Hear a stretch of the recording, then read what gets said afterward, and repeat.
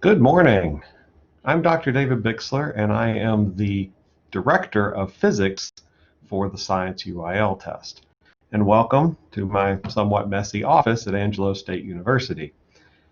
So this is the second video that I'm making regarding the physics questions. And in this video, I'm primarily going to be speaking to coaches.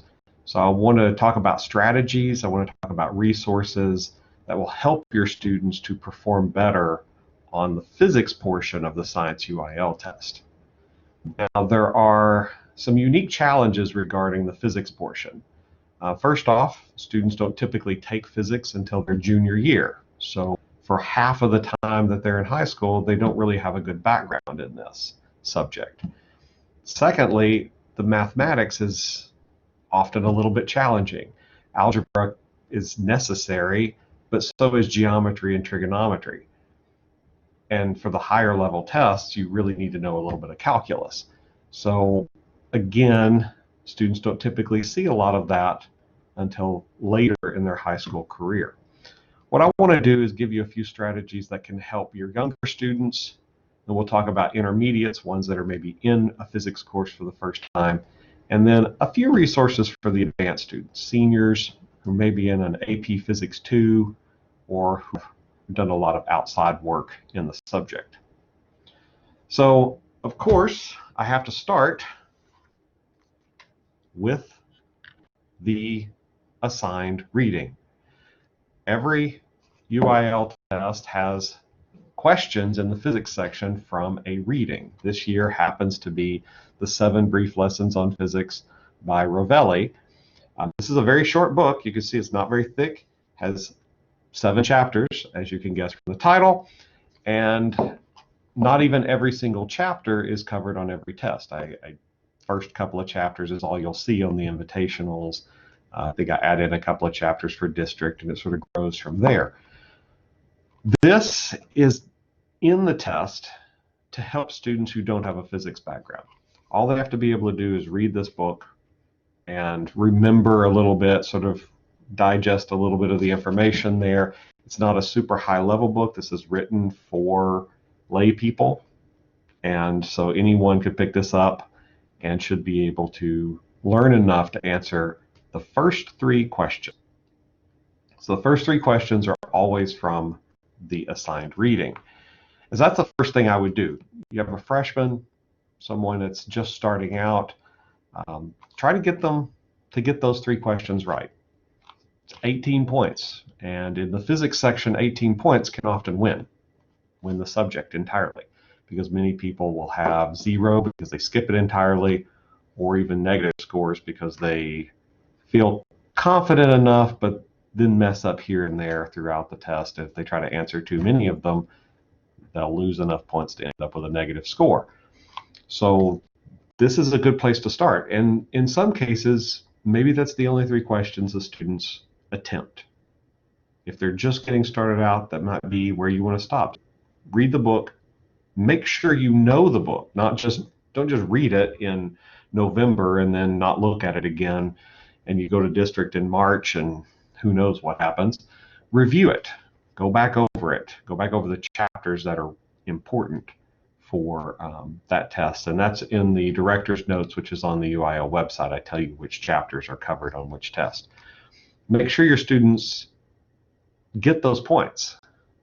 Even the advanced students, this is for all of them, regardless, and intermediate advanced students, but especially the beginners. Sometimes this may be the only 3 questions that they even try if they're just getting started out. Now, if you have some students that you have time to work with them, they have a little bit more time, they're maybe a little bit more interested in learning the physics section, but they haven't had a physics class yet. So we're talking about beginner students, but they have an interest. Where do you start them? And where I like to start people is with books by Hewitt. So Hewitt's books, Hewitt's up here. He has conceptual physics and conceptual physical. I happen to have the conceptual physical science book here with me. My conceptual physics book is at home where I was writing tests, actually. So either one, is a good place to start. Conceptual physical science is a little more approachable coming out of middle school. If you have a student that's maybe a little more advanced but hasn't had physics, then you could go to the conceptual physics book. Hewitt does a very good job of explaining physics without getting tied up in all of the math. Now, there is math in the book. There's always going to be formulas. There's always going to be equations, but he tries to avoid getting stuck in the math. That often happens in physics. You start making progress and understanding something, and then you hit some kind of a mathematic wall, basically. You run up against that wall, and you really can't seem to progress past that point because you're just stuck in a bunch of equations. I feel like Hewitt does an excellent job avoiding that. So I recommend starting the students with a book that's more conceptual, like Hewitt's books. Now, what do? Well, these books are actually designed to be read. These are actually reading books. They're not just reference books. But in every chapter, of course, as happens with anything, there are questions at the end of the chapter. And I really recommend the students basically go through those. Not all of them, just a few of them, maybe one or two from each section. So this has review questions from 9.1, 9.2, 9.3. So each section, just try to answer a couple of those questions. There's answers in the back. There's also online resources that have the entire key for these things. So you can go in and make sure that they've got the right answers. Many of you would know the right answers anyway. So that's a good place to start. Kind of look at the back of the book, pick a couple of questions from each section, answer those, make sure you can answer them. That's a good way to sort of test your knowledge. But these books are designed to be read. So read the chapter, kind of absorb the material, and then answer a few of the questions at the end. So that's for very, very early on when you're first starting out, usually freshman level. I would say those are freshman books. When you move beyond that, and that is probably into the sophomore year, it's taking chemistry. They're getting a little bit more solid in their mathematics. They're probably out of geometry, maybe into algebra 2. That's the point where you can move on to college physics. Now, I happen to have Surway here. I really like Surway. Surway is a good author. There are other college physics texts out there. Tipler, there's Knight, there's Giancoli. It doesn't matter which one you get. They're all kind of the same. But look for college physics. I'll say this over and over again. There's a difference between college physics and the other one, which is called, it's heavy, university physics. University physics is calculus. This has calculus all in it. This is based on a student knowing calculus. Do not get that one for sophomores. College physics, you only need algebra and geometry. So this is the book that you want to start with, especially for students who haven't gotten very far in their math yet. Now, this book is not designed for reading. You don't sit down and read a textbook. Maybe you do with some subjects, but certainly not in physics. It's not really all that good to read the textbook. I think it's better to go through the examples. Look at a chapter. I just happened to open this one up. Let's see if I can find an example here. That one will work. It's a simple harmonic motion. They start with the example down here, and then on the next page, they have the solution. That's what's valuable.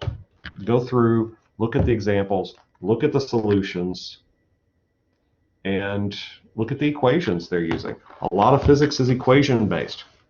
And if you can work those equations, if you can remember those equations, that will help you a large amount. So going through examples, there are sections to read, there are sections of text, and I feel like they do give some explanation, but the greatest benefit actually comes from looking at example problems. You can also look up previous UIL tests. Take an old UIL test with the solutions. I always give solutions for the physics UIL tests. Take one of those old tests and find that section in the book. and then try and understand it if you don't. I mean, basically go through using the book as a resource and having my solutions and the test, and go through one question at a time or one subject. We'll talk about subjects in a moment. So when you do that, after you've practiced a little bit, after you kind of feel like you understand, then the next best strategy is to go to the end of the chapter. So somewhere down here is the end of this chapter. And there will, of course, as always, as there always is in these books, a whole bunch of problems at the end of the chapter. All these problems at the end of the chapter, they're usually labeled, you know, how difficult they are, what's their difficulty level. Pick the easiest level. Go to the bottom rung of the ladder. Pick the ones that have solutions in the back, have answers in the back. They don't give you solutions, but have answers in the back of the book. They usually mark those. Sometimes they have solutions online you may or may not be able to get to. If you have a Chegg account or something like that, you can almost always find solutions. But just pick the ones that have answers in the back. It's easy. You don't even have to go to a computer. Pick the ones that are labeled as not challenging and work them. Just have your students work a couple of them. And if they can work them correctly and they get the right answer, then maybe you can move up to slightly harder questions. Have them then take a look at old UIL tests and see if they can work some of those. Don't take a look at old state tests or region tests. Go to district and go to invitationals to start with. The state and region tests are for advanced students. But college physics books have a ton of problems in them. So do university physics books. And I think just working through those problems, not all of them, but a handful of the easy problems that have answers in the back that you can check yourself with. And if you don't get the right answer, then it becomes, you know, a question of why. Why did you not get the right answer? And that's a learning moment for a lot of students.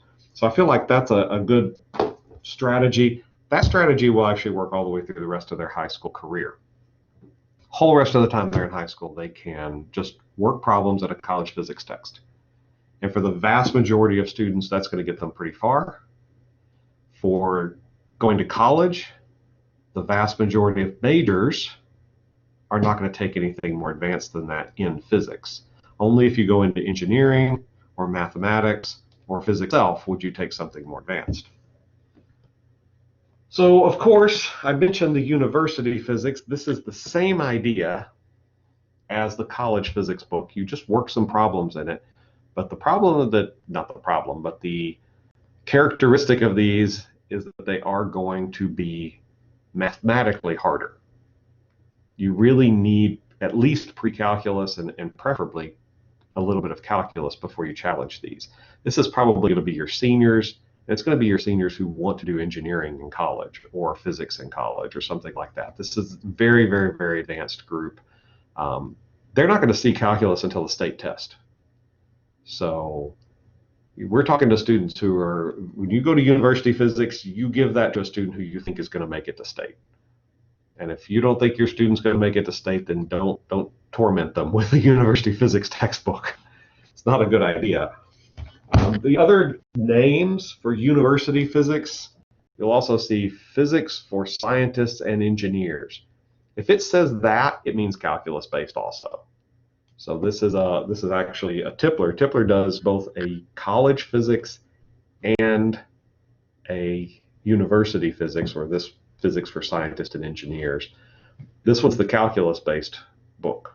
So be careful with using this. It has good problems in it. I don't deny that. It has good problems that don't require calculus in it. But it has a lot of very, very mathematically challenging problems as well. And I don't want students getting bogged down in the math. That's one of our biggest problems.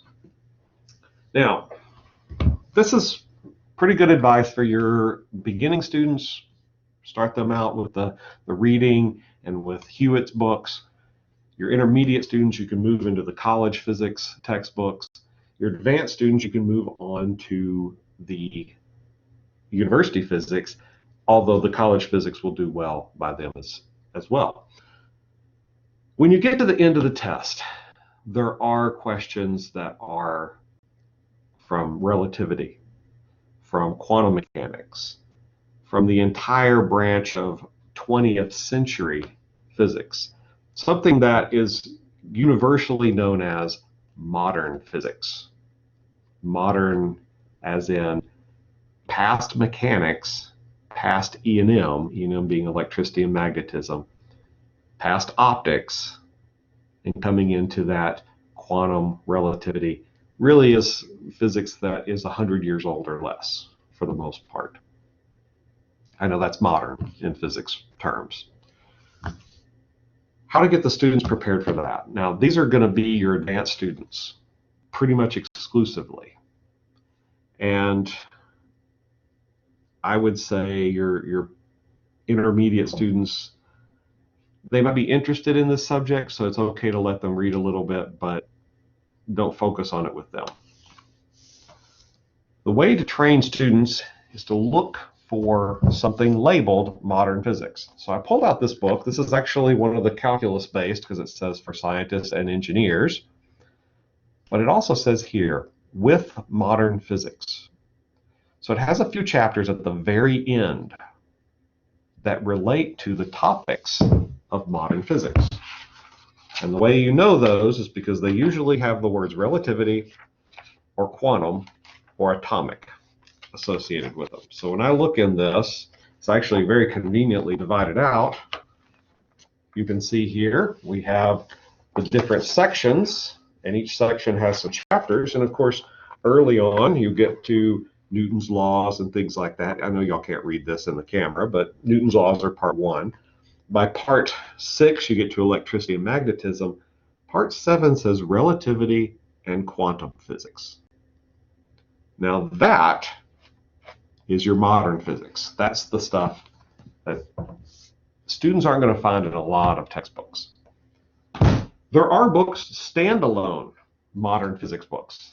This is an old one. I happen to enjoy it. It's a good book. It's not really a read book, but it's a sit down and look at example problems book.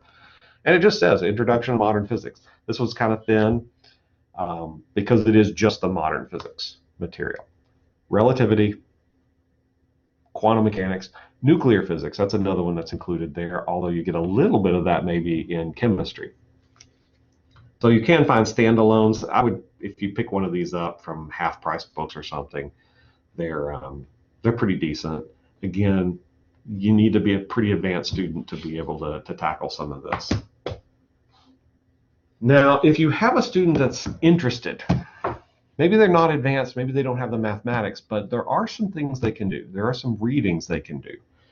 There's a lot of books out there, Elegant Universe, The Cosmic Code, but one of my favorites is actually a little bit dated at this point.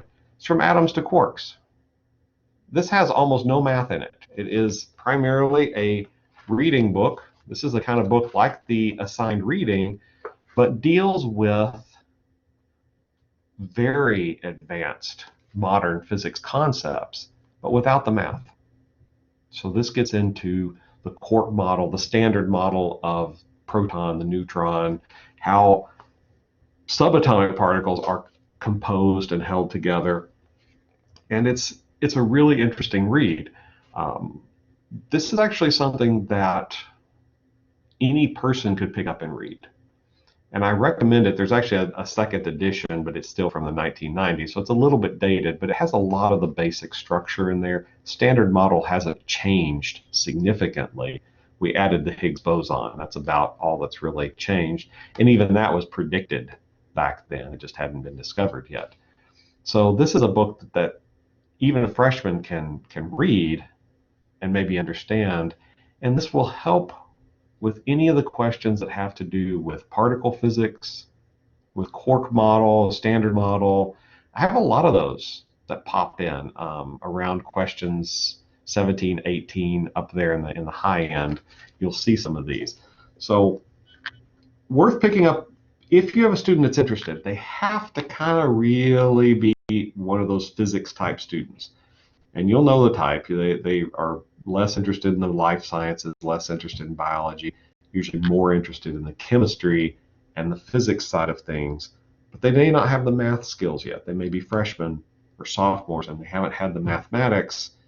These kinds of books will really interest them, but also help them answer some questions that they wouldn't normally tackle. Most students wouldn't normally tackle. So the topics, that's the other thing I wanted to talk about today, is the topics are assigned. So the first 3 questions of any test is always from the assigned reading. So from Rovelli's book this year. The 4th question is always astronomy based. And I feel like the astronomy is actually very broad. It's a huge subject in and of itself. I put the 1 question in there. I don't put hard astronomy questions in there until you get to state. Most of those, if you watch videos from PBS, Cosmos, it's a very popular series. There's a number of series, Morrison's series, I can't remember the name of it, but there's Ring of Truth has some astronomy in it. Just Nova has some old astronomy episodes. A lot of that material covers the questions that I ask. So if students have been watching anything or reading anything about astronomy, then they're going to know the answers to a lot of those questions. Those questions tend to be very concrete level. They're the bottom of the Bloom's taxonomy scale. If a student is interested in astronomy, you can always pick up a book like this. This particular book is a little bit older, but Seeds has a newer edition. You can get them at half-price books. The astronomy books need to be a little bit newer. That I wouldn't get anything that's more than 10 years old because the field does change as more discoveries are made. That's actually an active, very active field. Physics is much slower in its development, but astronomy is pretty rapid. And so, you could pick up one of these books. These are read books. Just sit down and read the chapter. You're interested in knowing a little bit more about Venus? So there's a chapter on Venus in here, so you can read about it. That kind of thing. I feel like a lot of students might be interested in astronomy. Again, there's not a lot of mathematics. It doesn't get bogged down like a lot of physics books can. So that's a subject that if you have an interest level in it, and even if you don't, watch a little bit of those shows, you'll probably have picked up quite a bit of astronomy along the way. That's the 4th question. 5th question has to do with sig figs, with orders of magnitude, with units, dimensional analysis. That is a question anybody in chemistry can tackle. That's kind of the first thing you do in a chemistry course. It's even done a little in biology a lot of times, but especially in chemistry, it's sort of hammer on units, and proper sig figs, and all of that kind of stuff. That question 5 can be tackled by a lot of students pretty early on. Chapter 1 in any of the normal textbooks, here we go, we'll stack up the textbooks. Any of these textbooks, chapter 1 is going to deal with that same topic, dimensional analysis, significant figures, all of that kind of thing. Then we basically go in order. Question 6 is going to be uniformly accelerated motion. Now, there are several equations for that, and the students need to memorize those equations, and they need to know when to use them and how to use them properly. So we start getting into some harder material there, at least mathematically. But algebra, it's really algebra and a little bit of trigonometry. Question 7 is forces. Question 8 is energy or momentum. Questions 9, you start getting up into rotational motion. That's harder material. So pick the topics carefully. I would pick uniformly accelerated motion, which is a nice sort of visual thing. You know what it looks like to throw a baseball. You know what a trajectory looks like. Students can see that in their mind. You walk outside and actually see it for real. You can throw something and see what it looks like. So I feel like that's an easier topic. Question 7 with forces is also a little bit easier because we understand what it means to push and slide things or lift them. Those are visually stimulating. You can actually see what's going on.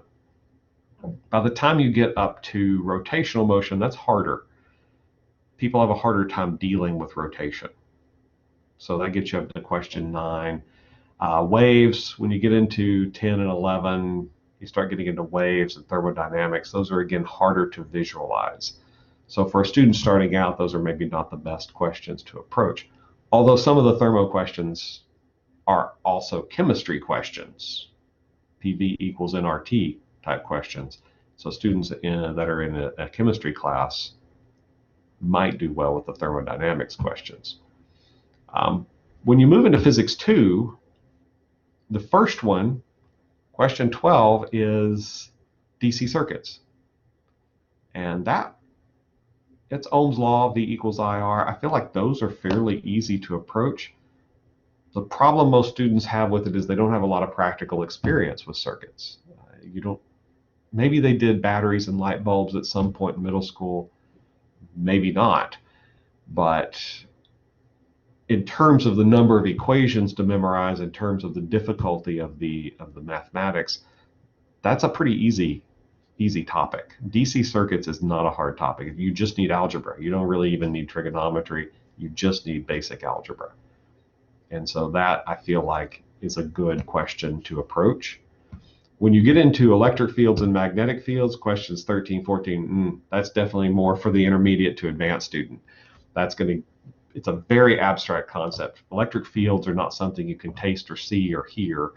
And so that's definitely more difficult to visualize. And anytime it's more difficult to visualize, it's just more difficult for students to approach.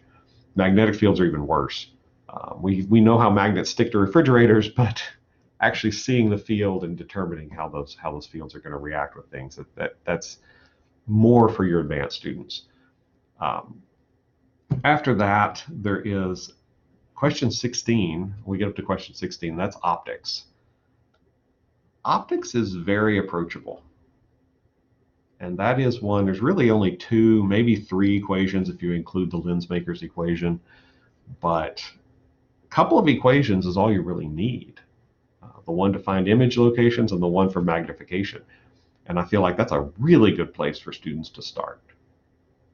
A student who doesn't know physics can learn optics pretty easily. And if they wear contacts or they wear glasses, they already have an idea of how lenses work, for example. Anybody with one of those a cosmetic mirror that magnifies your face already has an idea of how mirrors can change the appearance of something, can magnify. So optics is something, it's that one question, it's P16, but I feel like it's a question you could really approach with a beginning student. 17, 18, those get into that modern physics topics. If you have a student that's interested, they can go ahead and start reading up on that. Otherwise, you would normally save that for your advanced students. That brings us to 19 and 20. Questions 19 and 20 are lab-based questions. 19 is Physics 1 lab, 20 is Physics 2 lab. I usually give data, or I give a graph that is a graph of data, and I ask some kind of a question about it. Those questions are really pretty simple. And because they're lab-based, students can visualize it. They can see what's being done.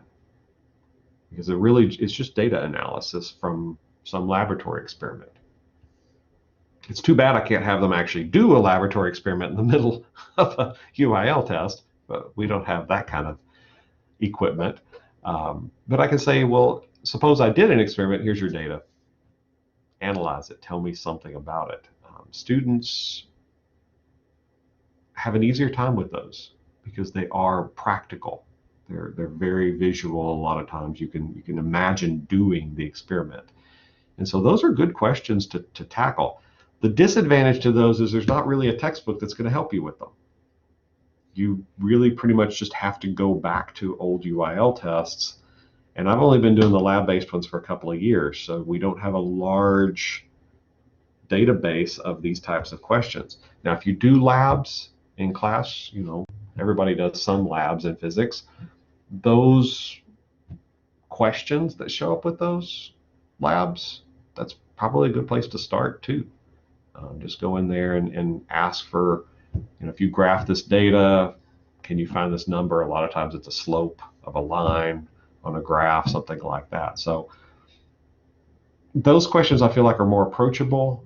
They also have a wide range of variability because they cover, like 19 covers the entire physics 1. It could be a thermodynamics lab, it could be a mechanics lab, it could be a rotation lab. And question 20 covers all of physics 2, including modern physics. So it could be a nuclear lab, nuclear physics lab, or it could just be something with a circuit. There's a huge range of variability there. But I feel like students should practice those and maybe always check them. It's okay to skip them if you read it and you're like, no, I don't know what that's talking about.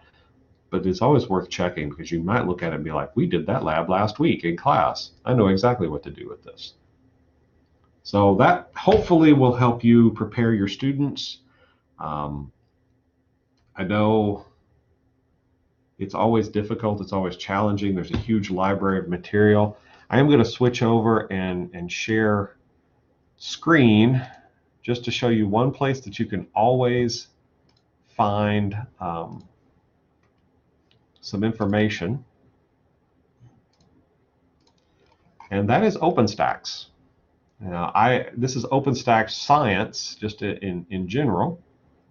It is 100% free, openstax.org, and I went into subjects/science, and you'll notice here's an astronomy book. That astronomy book is actually very good. It's the one I use to teach astronomy at the university, and you can just download a PDF, and you'll have a good resource there. Also, physics, they have several. Here's the college physics textbook. Notice there's university. University is actually divided up into 3 volumes, Volume 1, Volume 2, and Volume 3. Stay away from those unless you have very advanced students, mathematically advanced students. But the college physics is good for most of your students. And you'll notice they even have AP versions down here. So if you happen to teach AP physics, maybe this would help out with some AP questions. So again, you can download a free PDF. These books are actually very well written. Again, physics textbooks aren't for reading per se. You read a little bit here and there. Mostly they're for looking at example problems and then working the problems at the back of the chapter. It's practice, practice, practice. It's a lot of times that's really the thing that we need to do. And they have all the equations very nicely laid out, so you'll know what you need to memorize. So that I feel like is kind of a good resource even if you don't have a huge library.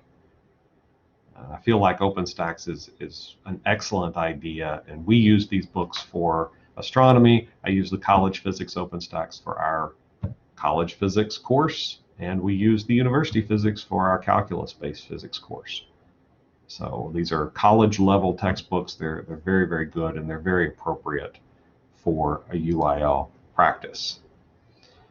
Anyway, hopefully that gives y'all some strategies. Hopefully it gives you ways to deal with different levels of students and ways to help them be successful. And as always, you can send me an email if you have any specific questions. Otherwise, good luck to you and your students.